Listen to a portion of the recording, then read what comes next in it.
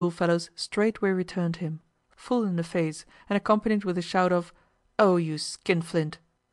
As for the poor schoolmaster, when he heard what his former pupils had done, he buried his face in his hands, and the tears gushed from his failing eyes as from those of a helpless infant. "God has brought you but to weep over my deathbed," he murmured feebly, and added with a profound sigh on hearing of Chichikov's conduct, "Ah, Pavlushka, how a human being may become changed! Once you were a good lad and gave me no trouble, but now you're become proud indeed." Yet let it not be inferred from this that our hero's character had grown so blasé and hard, or his conscience so blunted, as to preclude his experiencing a particle of sympathy or compassion. As a matter of fact, he was capable both of the one and the other, and would have been glad to assist his old teacher, had no great sum been required, or had he not been called upon to touch the fund which he had decided should remain intact. In other words, the father's injunction, "Guard and save every kopeck," had become a hard and fast rule of the son's. Yet the youth had no particular attachment to money for money's sake. He was not possessed with a true instinct for hoarding and niggardliness. Rather, before his eyes there floated ever a vision of life and its amenities and advantages, a vision of carriages and an elegantly furnished house and recherché dinners, and it was in the hope that some day he might attain these things that he saved every kopeck, and, meanwhile, stinted both himself and others. Whenever a rich man passed him by in a splendid droshky drawn by swift and handsomely caparisoned horses, he would halt as though deep in thought, and say to himself, like a man awakening from a long sleep, "That gentleman must have been a financier, he has so little hair on his brow." In short, everything connected with wealth and plenty produced upon him an ineffaceable impression. Even when he left school he took no holiday, so strong in him was the desire to get to work and enter the civil service. Yet, for all the encomiums contained in his diploma, he had much ado to procure a nomination to a government department, and only after a long time was a minor post found for him, at a salary of 30 or 40 roubles a year. Nevertheless, wretched though this appointment was, he determined, by strict attention to business, to overcome all obstacles, and to win success. And, indeed, the self-denial, the patience, and the economy which he displayed were remarkable. From early morn until late at night he would, with indefatigable zeal of body and mind, remain immersed in his sordid task of copying official documents; never going home, snatching what sleep he could on tables in the building, and dining with a watchman on duty. Yet all the while he contrived to remain clean and neat, to preserve a cheerful expression of countenance, and even to cultivate a certain elegance of movement. In passing, it may be remarked that his fellow tchinovniks were a peculiarly plain, unsightly lot, some of them having faces like badly baked bread, swollen cheeks, receding chins, and cracked and blistered upper lips. Indeed, not a man of them was handsome. Also, their tone of voice always contained a note of sullenness, as though they had a mind to knock someone on the head, and by their frequent sacrifices to Bacchus they showed that even yet there remains in the Slavonic nature a certain element of paganism. Nay, the director's room itself they would invade while still licking their lips, and since their breath was not over aromatic, the atmosphere of the room grew not over pleasant. Naturally, among such an official staff, a man like Chichikov could not fail to attract attention and remark, since in everything—in cheerfulness of demeanour, in suavity of voice, and in complete neglect of the use of strong potions—he was the absolute antithesis of his companions. Yet his path was not an easy one to tread, for over him he had the misfortune to have placed in authority a chief clerk who was a graven image of elderly insensibility and inertia. Always the same, always unapproachable, this functionary could never in his life have smiled or asked civilly after an acquaintance's health. Nor had anyone ever seen him a whit different in the street or at his own home from what he was in the office, or showing the least interest in anything whatever, or getting drunk and relapsing into jollity in his cups, or indulging in that species of wild gaiety which, when intoxicated, even a burglar affects. No, not a particle of this was there in him. Nor, for that matter, was there in him a particle of anything at all, whether good or bad; which complete negativeness of character produced rather a strange effect.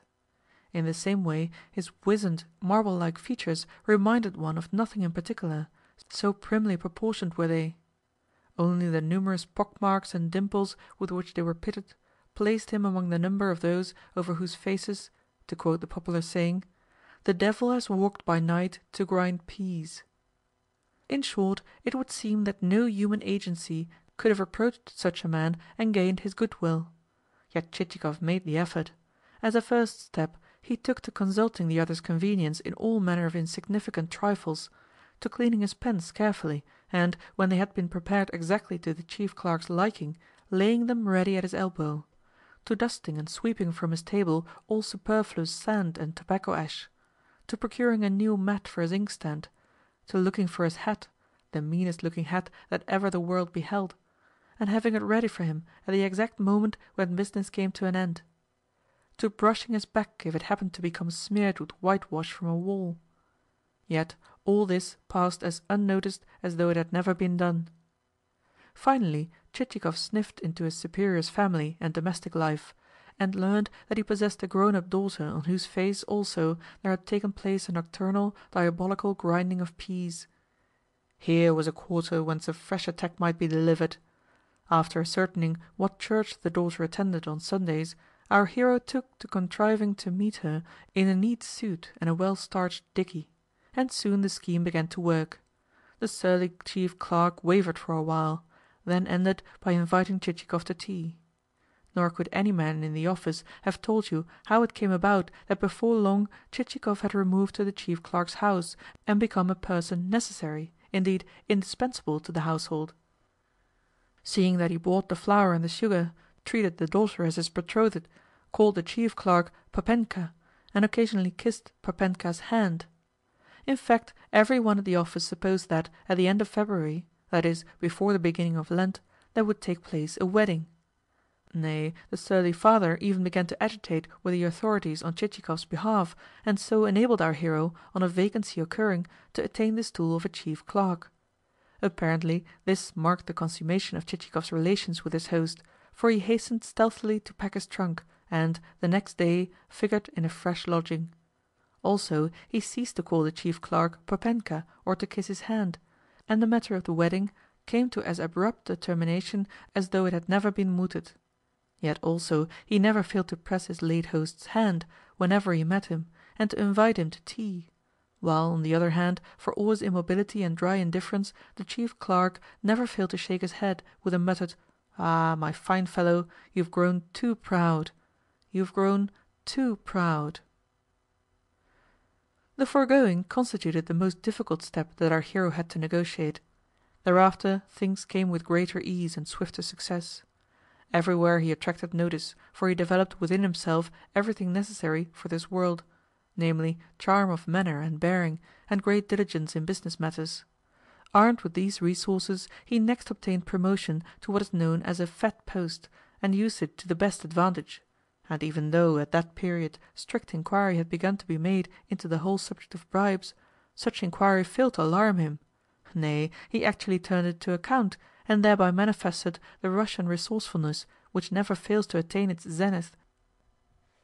The foregoing constituted the most difficult step that our hero had to negotiate. Thereafter things came with greater ease and swifter success. Everywhere he attracted notice, for he developed within himself everything necessary for his world, namely, charm of manner and bearing, and great diligence in business matters. Armed with these resources, he next obtained promotion to what is known as a fat post, and used it to the best advantage; and even though, at that period, strict inquiry had begun to be made into the whole subject of bribes, such inquiry failed to alarm him; nay, he actually turned it to account, and thereby manifested the Russian resourcefulness which never fails to attain its zenith, where extortion is concerned. His method of working was the following.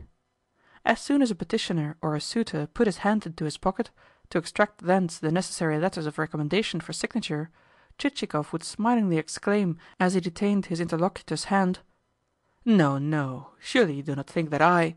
But no, no, it is our duty, it is our obligation, and we do not require rewards for doing our work properly. So far as your matter is concerned, you may rest easy. Everything shall be carried through tomorrow. But may I have your address? There is no need to trouble yourself, seeing that the documents can easily be brought to you at your residence." upon which the delighted suitor would return home in raptures,